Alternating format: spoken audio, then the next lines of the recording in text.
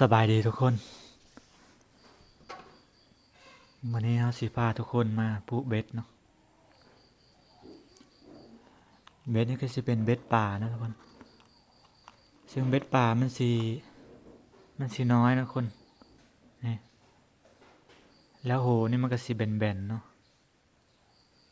นี่มันบ่จะเห็นปานใดเนาะกล้องบ่โฟกัสมันสิแบนมาหน่อยนึงเนาะนี่เบ็ดมันสิเป็นเบอร์7เนาะเบ็ดเบอร์7มาทุกคนเอามายักกันเลยเนาะหรือว่ามาปูเบ็ดกันเลย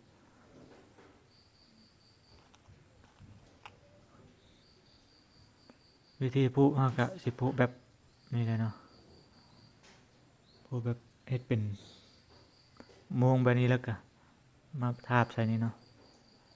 ทาบใส่หลังเบ็ดหลังจากนั้นเราก็สิมาพันเสื้อกันเลยเนาะแบบหนึ่งนี่ทุกคนดึงส้นนี้ให้ตึงแล้วก็นี่ให้ตึงแล้วก็เกี่ยวเลี้ยวเกี่ยวทางเทิงลงเกี่ยวแบบนี้เนาะ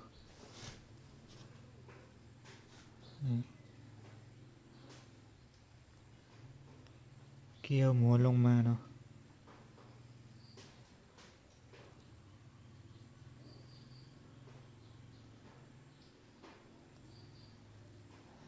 มันสิยักงะจังน้อยเนาะพอดีว่าน้อย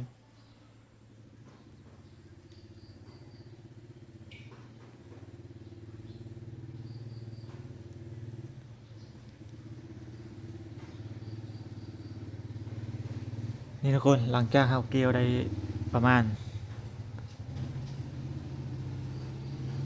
4-5 รอบเนาะแล้วก็สิมายัดเข้าตัวนี้เอาเสื้อที่ส้นที่มันเหลือนี่มายัดเข้าโมงนี่เนาะยัดเข้าไปเลยแล้วก็มาดึงตั้งหูมันนี่เนาะดึงทางนี้เนาะ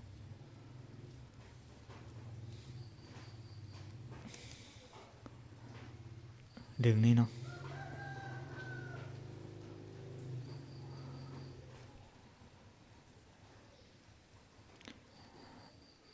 เวลาที่เฮายักแล้วแบบนี้แล้วโหนี่มันจะน้อยนะทุกคนโหนี่เวลาเฮาดึงนี่มันสิมักหลุดเนาะอีกแป๊บนึง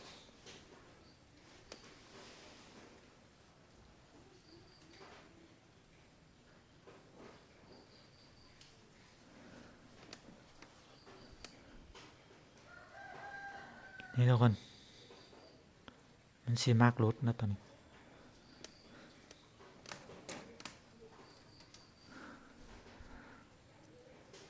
เดี๋ยวเราจะทดลองดึงว่ามันสิหลุดดึงออก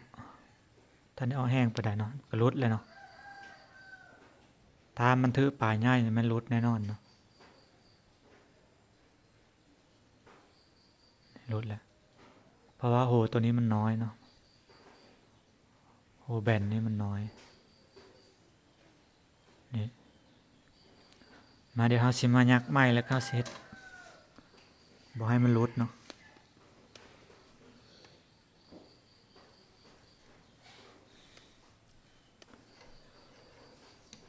ซึ่งยักไม้เราก็สิยักคือเก่านี่แหละทุกคนเฮ็ดเป็นโมงนี่ครับมาทาบใส่มาเบ็ดนี่เนาะเฮ็ดคือเก่าเลยทุกคน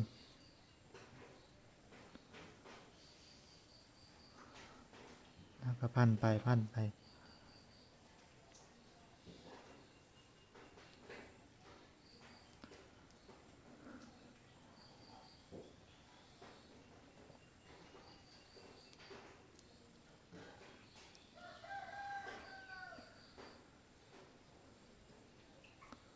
แล้วเราก็มาซอดเขานี่เนาะ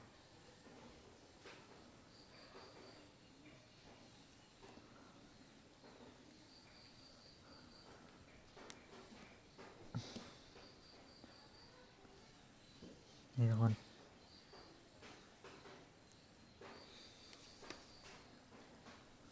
ลังจากนั้นเราก็มาจูดออกโซน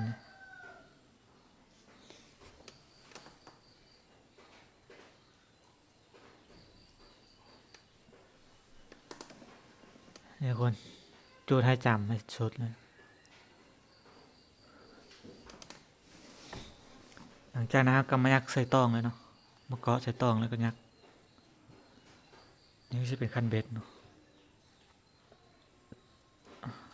คันเบ็ดของเรา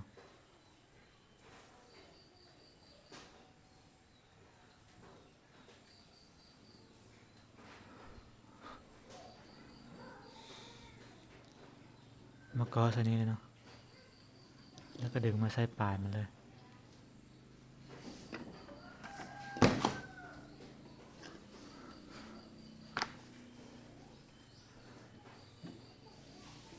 ดึงใส่ปลายกระพุแบบนี้ทุกคนนี่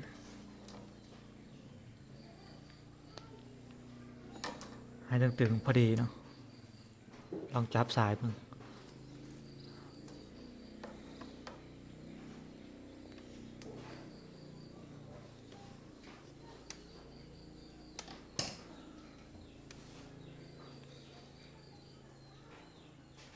หลังจากนั้นก็มายักเอาเสียบมายักประมาณสัก3 รอบนะ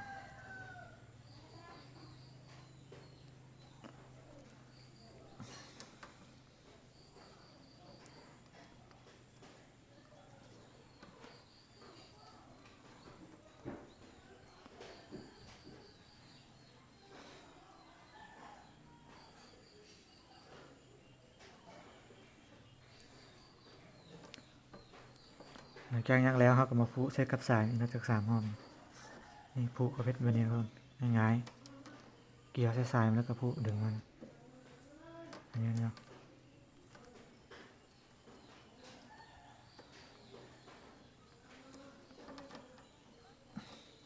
หลังจากนั้นก็สีมาตัดตัวนี้ออกนะทุกคนเพื่อความสวยงามเนาะ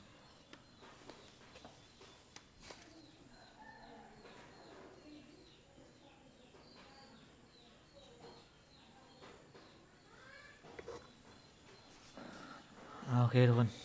ตัดออกเลยหลังจากนั้นเราเฮ็ดอะไรทุกคนนี่เลยเนาะที่เด็ด502ตาช้างเอาสีมายอดใช้มาเบ็ดนี่เนาะยอดใช้เฉพาะดอกนี้ด้วยทุกคนนี่เลยเนาะ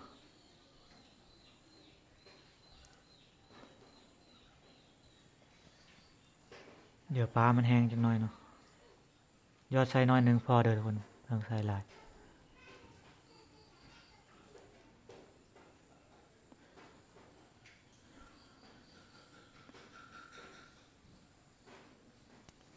นะครับก็สิมาใส่โหมันจังหน่อยเนาะทางนี้ก็ใส่เลยเนาะเพราะว่ามันจะได้แข็งจังบ่คายตัว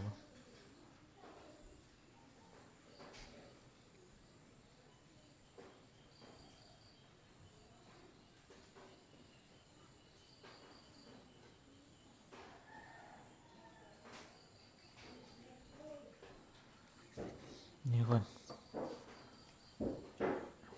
ใส่จังน้อยพอเนาะต้องใส่หลายนี่ทุกคนทำมาเบิ่งมันแห้งแล้วเนาะมันแห้งแล้วตัวนี้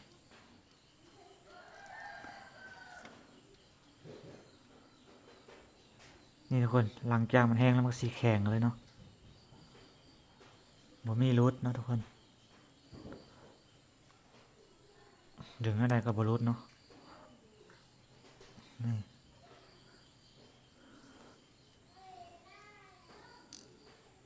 เดี๋ยวทุกคนลองเอาไปเฮ็ดเบิ่งเนาะถ้าเบ็ดไปมักรูดเนาะรับรองวิธีนี้บ่รูดแน่นอนนี่ทุกคน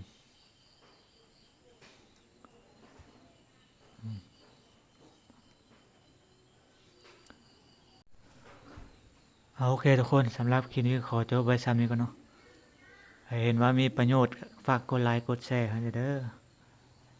บ๊ายบาย